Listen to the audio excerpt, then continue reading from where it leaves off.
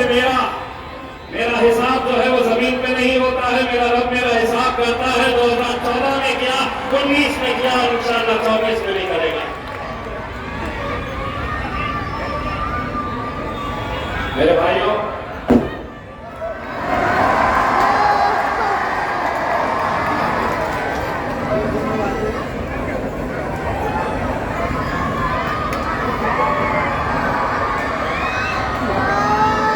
जो बचे हैं वो 4 जून के लिए रख लीजिएगा भाई साहब, जो बचे हैं 4 जून के लिए रख लीजिएगा। मेरे भाइयों, मैं सबसे पहले तो इस मौके के ऊपर आपका तहे दिल से शुक्रिया अदा करना चाहता हूं। अल्लाह रब्बुल इज्जत ने ये मौका दिया कि मैं हिंदुस्तान के सबसे अजीम जो ऐवान है, जिसे हम पार्लियामेंट कहते हैं, उस पार्लियामेंट के अंदर 543 मेंबर्स ऑफ पार्लियामेंट होते हैं। उसमें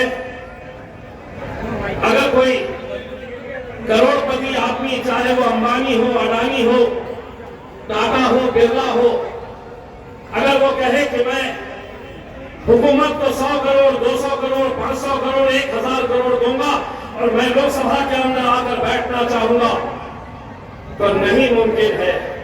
राज्यसभा में वो जा सकता है, लेकिन लोकसभा के अंदर वो नुमाइंदे चुनकर जाते हैं जिन्हें आवाम पसंद करती है, जिन्हें आवाम तय करती है कि आने वाले 5 साल मेरी क़यादत पार्लियामेंट के अंदर कौन करेगा।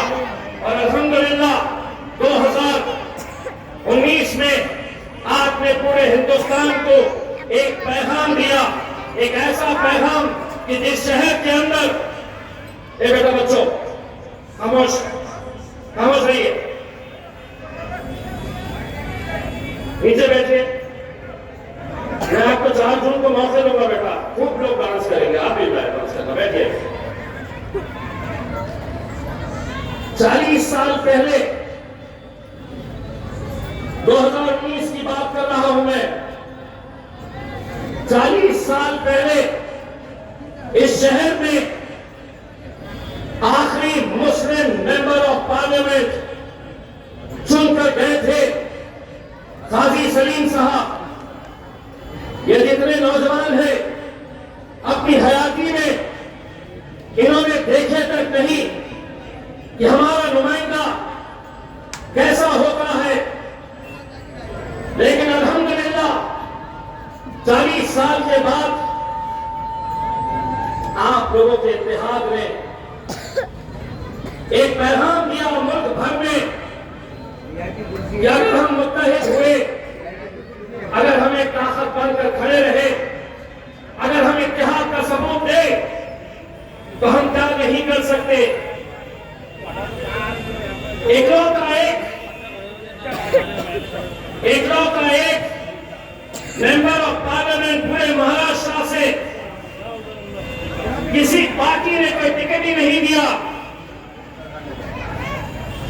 मुस्लिम मेंबर ऑफ पार्लियामेंट पूरे महाराष्ट्र से सिर्फ एक, और वो भी आपका बेटा, आपका भाई, आपका दोस्त इम्तियाज जलील।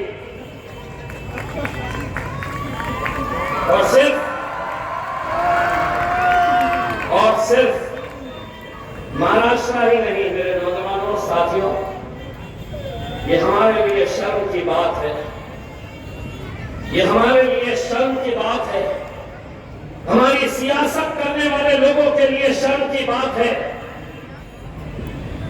कि सिर्फ महाराष्ट्र में एक हमारे पड़ोसी ऐसे 7 ऐसे स्टेट्स है कि जहां पे एक भी आपका नुमाइंदा लोकसभा के अंदर आपकी नुमाइंदगी करने के लिए नहीं है। कर्नाटका में 0 है, राजस्थान में 0 है, मध्य प्रदेश में 0 है, झारखंड में 0 है, उत्तराखंड में 0 है, दिल्ली में 0 है। और हम कह रहे हैं ये हम अहले पैरों के लिए जब हम इस तरह की महफिलें सजाएंगे और ये कहेंगे कि स्टेज के ऊपर वो बैठेगा और मैं जमीन पे बैठूंगा, मैं तुम्हारे सामने कुर्सी के ऊपर बैठूंगा, वो स्टेज के ऊपर बैठेगा। 75 साल हमने यही करते आए हैं, यही किया है हमने। ये स्टेज के ऊपर कभी शरद पवार साहब, कभी अशोक चौहान, अब तो उद्धव ठाकरे भी, अजीत पवार, सभी यहां बैठेंगे। हम सामने कुर्सियां बिछाने का काम, शतरंजियां उठाने का काम हमने सियासत के अंदर करते आए हैं। अब हमने उन्हें एक पैगाम दिया है और मैंने तो बड़े खुले अल्फाजों में उनको बता दिया हूं कि अब अगर तुम स्टेज के ऊपर बैठेंगे तो इम्तियाज जलील नीचे नहीं बैठेगा, तुम्हारे बाजू बैठेगा।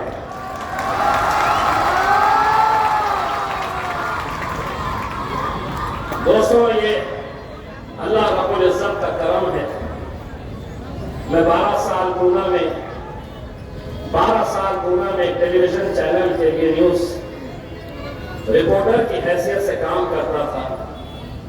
मुझे आज भी वो दिन याद है कि जब मुझे शरद पवार का इंटरव्यू लेना होता था, अजीत पवार का लेना होता था या अशोक चौहान का लेना होता था,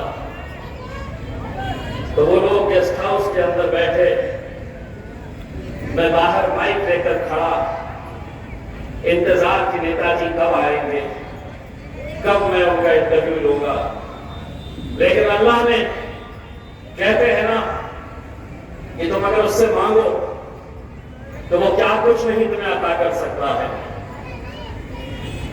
एक वक्त वो आया जब पार्लियामेंट की कुर्सी के ऊपर ये बैठे थे तो इम्तियाज जलील उनके बाजू जाकर बैठा। ये आप लोगों का इतिहास था जिसे आज चकनाचूर करने की कोशिश हो रही है, जिसे आज पूरी तरीके से तोड़ने की कोशिश हो रही है। मैं ये इलेक्शन क्यों लड़ रहा हूं,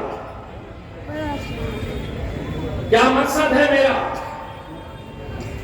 मैं चाहूं तो 1.5 घंटा भाषण कर सकता हूं, लेकिन एक बहुत खूबसूरत सी एक कविता, एक नज़्म मैंने पढ़ी थी जो मुझे ऐसा लगता है कि वो मेरे ऊपर पूरी तरीके से फिट होती है। उसका एक एक लफ्ज आप लोगों से जुड़ा हुआ है। 10 साल कैसे बीत गए, 10 साल आपकी नुमाइंदगी करते करते, आपकी क़यादत करते करते ये जिंदगी इतनी तेज रफ्तार से चली गई, पता भी नहीं चला। मैं आपको वो कविता के कुछ पंक्तियां सुनाना चाहता हूं जो मेरी ज़बानी आप तक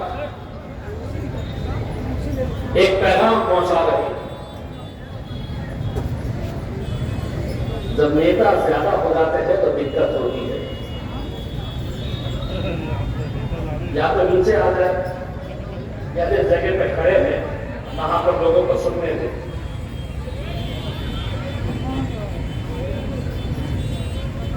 आहिस्ता चल जिंदगी, अभी कहीं कर्ज चुकाना बाकी है, कुछ दर्द मिटाना बाकी है, कुछ फर्ज निभाना बाकी है।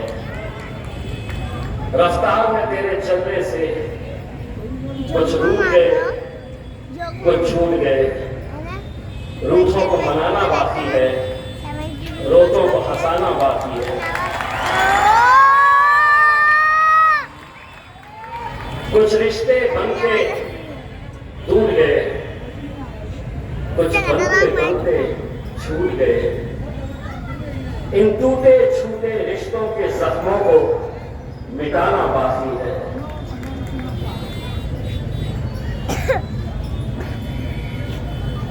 अभी कुछ और इम्तिहान बाकी है, कुछ काम भी और जरूरी है। जिंदगी की उलझी पहेली को पूरा सुलझाना बाकी है। मरना सबको है दोस्तों, जब सांसों का थम जाना है तो क्या खोना क्या पाना है। पर मन के जिद्दी बच्चे को ये बात बताना जरूरी है, आहिस्ता चल जिंदगी, अभी कहीं कर्ज चुकाना बाकी है, कुछ दर्द मिटाना बाकी है, कुछ फर्ज निभाना बाकी है।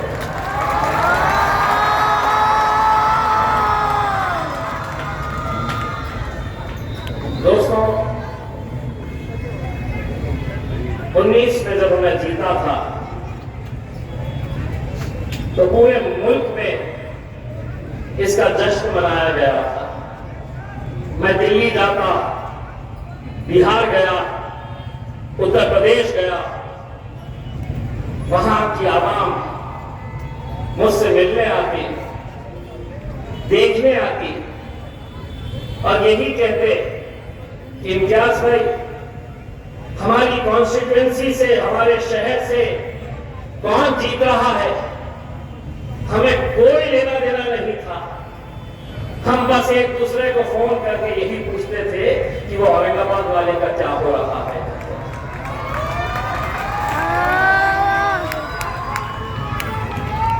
दोस्तों, रमजान के इस मुबारक महीने में मोतीवाला की मस्जिद में, बेरी बाग में एक मौलाना आते हैं, बुजुर्ग शख्स, बहुत अच्छी दुआ पढ़ते हैं। मैं जाता हूं उनकी दुआ देने के लिए। इस बार भी जब गया, उन्होंने मुझे खूब दुआओं से नवाजा। मैं जब बाहर निकल कर आ रहा था मस्जिद के बाहर, तो बहुत सारे नौजवान लड़कों ने घेर रखा था। मेरी नजर एक बहुत ही बुजुर्ग शख्स के ऊपर गई। मैं समझता हूं कि वो 90 साल के ऊपर के हजरत हो गए। मुझे ऐसा लगा कि वो बुजुर्ग मेरे करीब आना चाह रहे थे, लेकिन आ नहीं पा रहे क्योंकि मैं नौजवान लड़कों से घिरा हुआ था।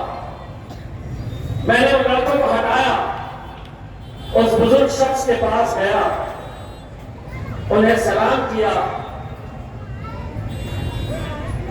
उन्होंने सलाम का जवाब दिया और उन्होंने मुझसे कहा कि बेटा, मैं जालना का रहने वाला हूं। मैं उन्हें हाथ मिलाकर कहा कि मेरे लिए दुआ करना। उन्होंने जो जवाब दिया वो सुनिए। उन्होंने मुझसे कहा कि बेटा, मैं और मेरे पूरे घर वाले पूरे रमजान के महीने में तहज्जुद में उठकर तुम्हारी कामयाबी के लिए हम दुआ कर रहे हैं बेटा। जालना का रहने वाला शख्स, जालना के रहने वाले वो बुजुर्ग, जाने ना देना, ना वो वोट डाल सकते हैं, ना मेरी कॉन्स्टिट्यूएंसी का हिस्सा है, लेकिन वो बुजुर्ग शख्स, क्या वजह है कि वो तहज्जुद में उठकर एक मेंबर ऑफ पार्लियामेंट उसके लिए पूरा घर का दुआएं मांग रहा है, तो वो कैसा मुसलमान होगा। और यहाँ के कुछ कैसे मुसलमान हैं जो आपसे कह रहे थे इम्तियाज जलील को इस बार वोट देने का मतलब नरेंद्र मोदी को ताकत देने के बराबर है। मोदी को हमें कमजोर करना है तो यहां पर इस बार चंद्रकांत खैरे को यहां पर वोट देना। आपके महल्ले में भी आए होंगे, होटलों में बैठे होंगे, आपको समझाने की कोशिश कर रहे होंगे। अरे 543 सीटें हैं लोकसभा की, सारी तकलीफ तुम्हें महाराष्ट्र के एक लोग एक मुसलमान एमपी से क्यों है, ये सवाल मैं तुमसे करना चाहता हूं।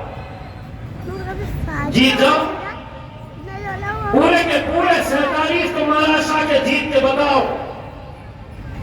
और अगर लोकसभा के अंदर तुम पहुंच भी गए 47 के 47, मैं तुमको दावे के साथ कहता हूं कि कल को अगर यूसीसी का कानून आया, CA/NRC का कानून आया, ट्रिपल तलाक के कानून के टाइम पे आपने देखा कि कैसे गूंगे, मुक्के और बहरे बनकर बैठे थे। अब भी अगर आपके खिलाफ कोई कानून आएगा तो एक MP किसी भी पार्टी का हो, एक MP में ऐसी हिम्मत नहीं कि वहां पर खड़े रहकर हुकूमत की मुखालिफत करे। अगर वहां पर कोई चट्टान की तरह खड़े रहता है, कोई मोदी की आंखों में आके डालकर सवाल करता है, तो वो मेरा खायल बैरिस्टर असदुद्दीन ओवैसी है और इम्तियाज जलील है। वहां पर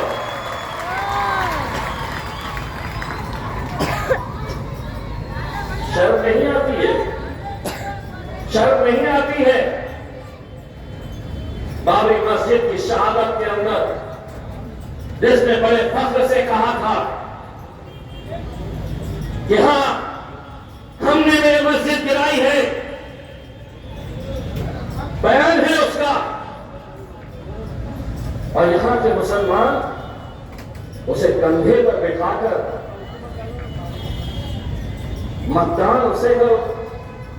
क्यों? तुम हिरवा साहब नहीं है क्या? हिरवा साहब किसे कहा गया था? तुम्हें एक ये है, दूसरे साहब बहुत पैसा आया है मार्केट में, गरीब बस्तियों में हमारे कुछ लोगों को पकड़ा गया है कि ये लो पैसा, जाओ गरीब बस्तियों में गरीबों के वोटर ID कार्ड लो, उनके उंगली के ऊपर वोटिंग का निशान लगाओ। वोटर कार्ड इलेक्शन के एक दिन बाद तक उनके पास रहेगा, उसके बदले में तुम्हें पैसा दिया जाएगा। पैसा कितना? किसी को 500, किसी को 1000, किसी को 1500 या ज्यादा से ज्यादा 2000। झुमरे, एक बात सुन ले, इतने पैसों में कुत्ते की भी कोई अच्छी ब्रीड को मार्केट से खरीद नहीं सकता। ये शेर के बच्चों को तो इतने पैसों से खरीदने के लिए लिखा है।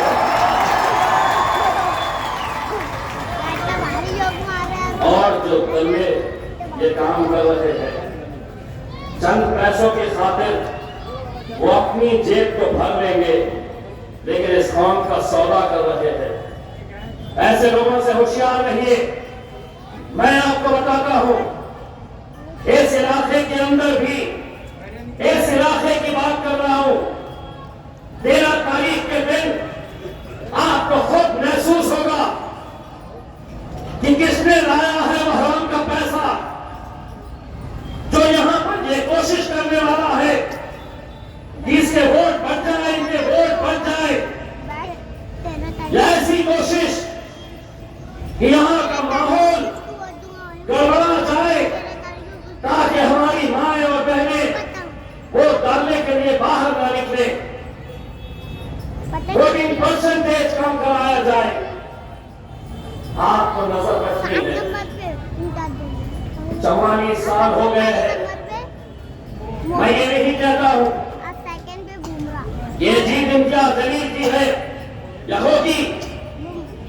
अगर इस बार हम हारे तो शायद फिर न जाने कितनी नस्ल ये इंतजार कर रहेगी कि मेरा खायल, मेरी ख्यादत कब खड़े हम करेंगे, कब हम खड़े करेंगे। इतना तो आप समझ लीजिएगा, इम्तियाज जलील को इसका क्रेडिट दीजिएगा भाई। रमजान ईद के मौके के ऊपर एक जनाब ईदगाह तक पहुंच गए, देखे ना, ईदगाह तक पहुंच गए मुबारकबाद देने के लिए। 30 साल तक तुम्हें ख्याल नहीं आया इस जिले के अंदर ये आवाम भी, ये कौम भी रहती है, उन्हें साल में एक मरतबा कम से कम रमजान ईद मुबारक बोल दो। और अगर तुम ये करते तो शायद हमें ये जगह ही नहीं मिलती, लोग तुम्हारे साथ रहते।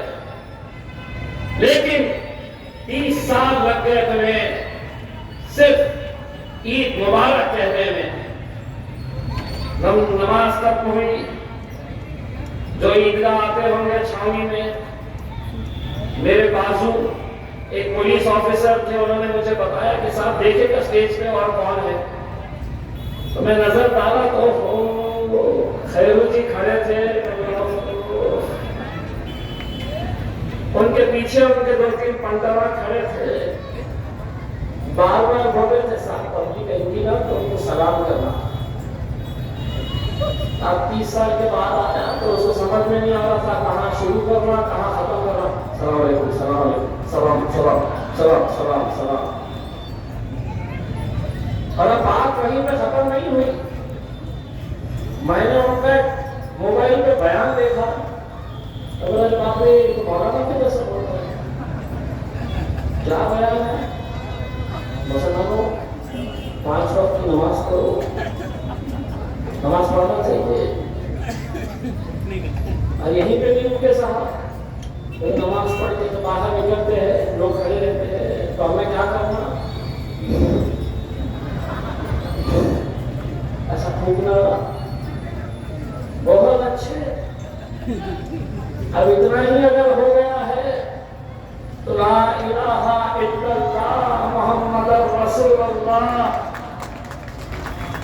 और बाकी का जो करना है तो फिर आपको मालूम है हमारा होने के लिए क्या क्या करना पड़ता है। 4 जून के बाद तो बेटा हम भी कैंची लेके घूमेंगे। अब हो रहे तो पूरे हो, आधे अधूरे रखो, ये इनका हाल। अब इन सबसे अलग एक प्राणी है,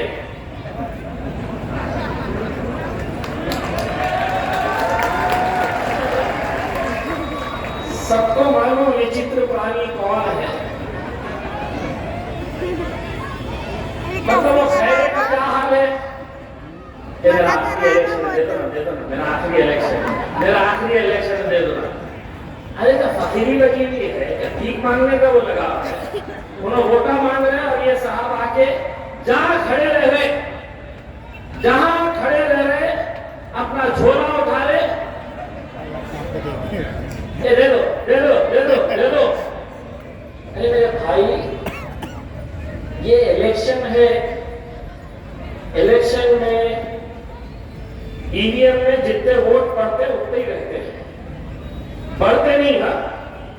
मतलब तुम समझेंगे कि 4 टिकट ला दिया हम अफसरा से 30-30 रुपये वाले, और बाहर आके 30 का 60, 30 का 60, 30 का 60। तो ऐसा समझे ईवीएम में 25 वोट पड़े हैं, तो बाहर आके बोलेंगे 25 का 50, 25 का 50 बच्चे। नहीं होता मेरे भाई, नहीं होता। जितना है उतना। और अगर इतने ही है मेंबर ऑफ पार्लियामेंट बनने का, तो कोई एक जना अगर उनका चाहने वाला के कोने में से सुन रहा होगा, तो यहाँ पे छोटे से बच्चे की स्लेट लेके आओ और चौक लेके आओ, तुम्हारे सामने उसको लिखने के लगाओ कि अंग्रेजी में मेंबर ऑफ पार्लियामेंट लिखता।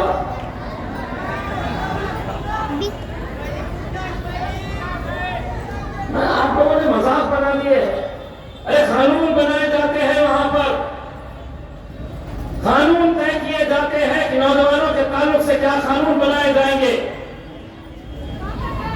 आज हमारे शरीयत के कानून भी अगर वहां पर बन रहे हैं, तो वहां पर एक संजीद की नुमाइंदगी वहां पर चाहिए। कोई नचलियों का कोठा नहीं है वो कि तुम समझ रहे होगे कि इतने सारे वहां पर बैठते हैं तो बच्चों की गड्डियां लेकर जाएंगे और सामने खेलते बैठेंगे। ऐसा नहीं होता है। नहीं, मैं सोशल क्लब चला था। अच्छा, अल्लाह सारे 2 नंबर के धंधे और बोल रहे हैं कि मेरा मुकाबला खैरे से नहीं, उमरे से नहीं। मेरे राजा इलेक्शन लड़ रहे हैं, एक मरतबा अपने भाषण में उमरे को भी टारगेट करो, खैरे को भी पकड़ो। जहां उठे सुटे 300-500 रुपए वाले को, यूट्यूब वाले को बुलाते ले रहे हैं इंटरव्यू ले। आज मैं इम्तियाज जलील को और देता, सुबह दोपहर शाम बस इम्तियाज जलील, इम्तियाज जलील, इम्तियाज जलील। अब तो उनके कोई घर वाला बोलता था, एक रात में नींद में से उठ रहे मुझे इम्तियाज आया।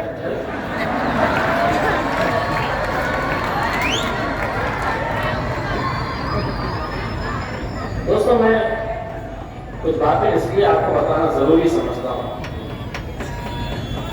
ये क़यादत जब आपकी खड़ी होती है तो उसका असर कैसा होता है। आज से तकरीबन साल भर पहले या 1.5 साल पहले उस्मानाबाद के कुछ नौजवान लड़के आए। 2 महीने से वो घर के बाहर थे, पुलिस से भागते फिर रहे थे।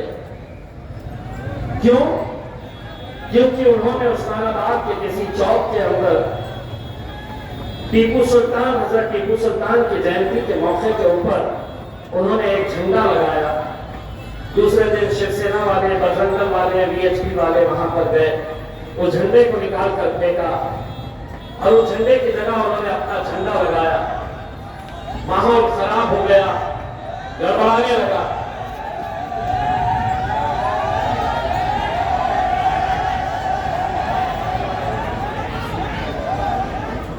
भाई साहब, मैं आपको गारंटी देने वाला हूं, 13 तारीख को बुझने वाली है मशाल पूरी तरीके से।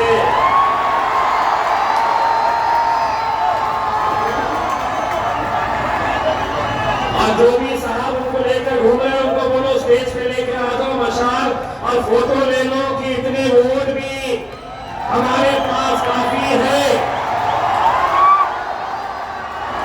जाने दो भाई साहब, वो मत दीजिएगा। सबको इख्तियार है इलेक्शन लड़ने का, किसी न किसी को कोई रोकना नहीं चाहिए। किसी ने किसी को, बैठ जाइए आप लोग, बैठ जाइए।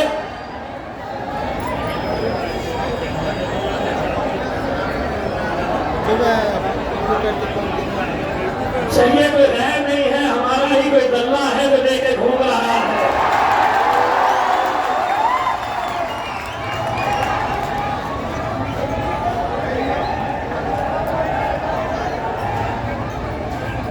ये प्रॉब्लम क्या है मालूम क्या? हम जरा से शरीफ क्या हो गए तो ये सारे समझते हैं कि हम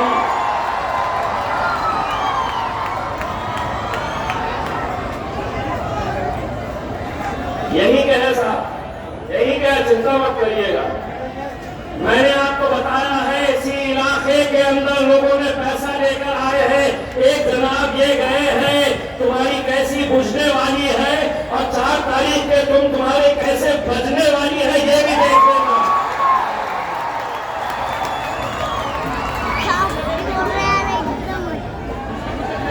भाइयों देखिए, इलेक्शन लड़ने का इख्तियार सबको है, लेकिन सवाल यह पैदा होता है, अगर इस्माइल लाल के अंदर इतनी हिम्मत है कि वो चंद्रकांत खैरे को कटकर गेट के अंदर लेकर आया, तो ये कौम का भोला है, दलाल है ये।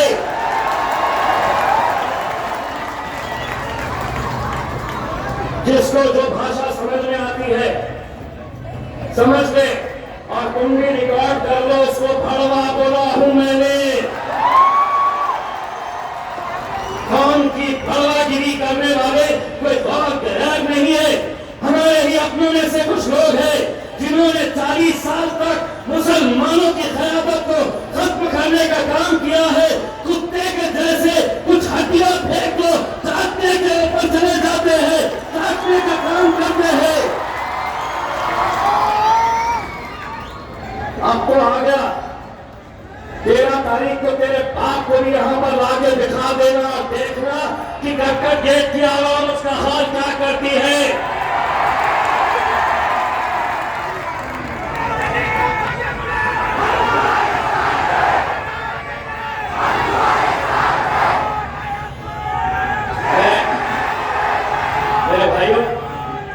मेरे भाइयों हमें बहुत एक बात हम सबको ये समझना चाहिए, इम्तियाज जलील अगर आज नतीजे अगर हमारे हक में नहीं आते हैं, भाई साहब नीचे बैठ जाइए, आप नीचे बैठ के वोट भी नीचे गए, तो ये किसकी हाल, क्या वजह है कि आज हमारे अपने शहर में जिसने मुल्क में इतने बड़े इत्तेहाद का पैगाम दिया है, कौन वो लोग हैं, उन्हें पहचानने की जरूरत है, बहुत दूर जाने की जरूरत नहीं है। मैं पहले भी आपको कहा था, ऐसे ही कुछ लोग हैं, अगर पैसे से इतनी ही मोहब्बत है तो इम्तियाज जलील भी भरी सड़क के ऊपर तेरी झोली में मैं पैसे डालने का काम करूंगा, लेकिन कौन का सौदा मत कर, मत करो खून का सौदा, कोई नहीं आने वाला, कोई नहीं आने वाला हमारा पुरसान हाल लेने के लिए। मेरे भाइयों कोई नहीं आने वाला, ये तो अल्लाह ने ये मौका दिया कि हम अपनी नुमाइंदगी वहां तक पहुंचा चुके। बस आप लोगों से इतनी इल्तिजा करना चाहूंगा, ये 13 तारीख के दिन आप सभी ने अपनी जिम्मेदारी समझिए, एक एक वोट की कीमत क्या होती है, ये बात को समझिए मेरे भाई। आज ये तमाम साजिशें जो चल रही है, जो षड्यंत्र जो खेल खेले जा रहे हैं, ये आपके सर को झुकाने के लिए किए जा रहे हैं। आपको वो मंजर याद होगा 2019 का रमजान का वो मुबारक महीना, चिकन खाने के काउंटिंग सेंटर के ऊपर वहां पर वोटों की गिनती हो रही, सहनी करके नौजवान लड़के वहां पर दिन भर इस इंतजार में बैठे रहे कि 40 सालों के बाद हमें आज जश्न मनाने का मौका मिलेगा, और अचानक असर की नमाज के वक्त आपको यह खबर आती है कि इम्तियाज जलील 5000 वोट से पीछे हो गया है। आप वो कैफियत कैसी थी, सिर्फ आपकी नहीं, हिंदुस्तान के मुसलमानों के साथ उस वक्त जो उमरा पे गए हुए लोग थे, उन्होंने मुझसे बताया कि जब हम नमाज पढ़ रहे थे, अचानक ये खबर आई कि इम्तियाज जलील पीछे चल रहा है। मेरे भाइयों, उन्होंने कहा कि हमने वो मंजर देखे जब हिंदुस्तानी हमारे भाई, हमारी माएं और बहनें हरम शरीफ की तरफ दौड़ रही थी। कईयों ने मुझसे कहा था कि हमने हरम शरीफ के, हमने काबा का खिलाफ पकड़ कर गिरा के आपकी कामयाबी के लिए हमने दुआ किए थे।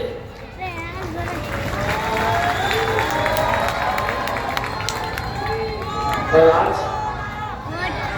आज ऐसा क्यों हो रहा है मेरे भाइयों?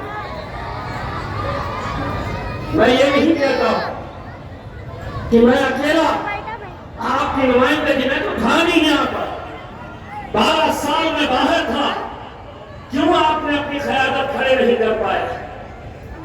क्यों?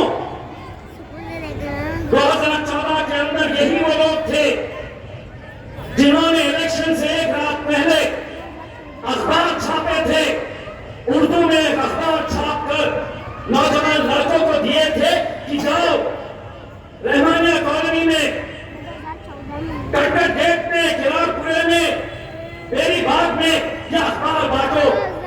मैं सलाम करता हूं मेरे नौजवानों को, वो बंडल लेके तो गए थे बांटने के लिए, किसी ने नाले में फेंका था और किसी ने उस बंडल को आग लगाकर मुझे फोटो भेजी थी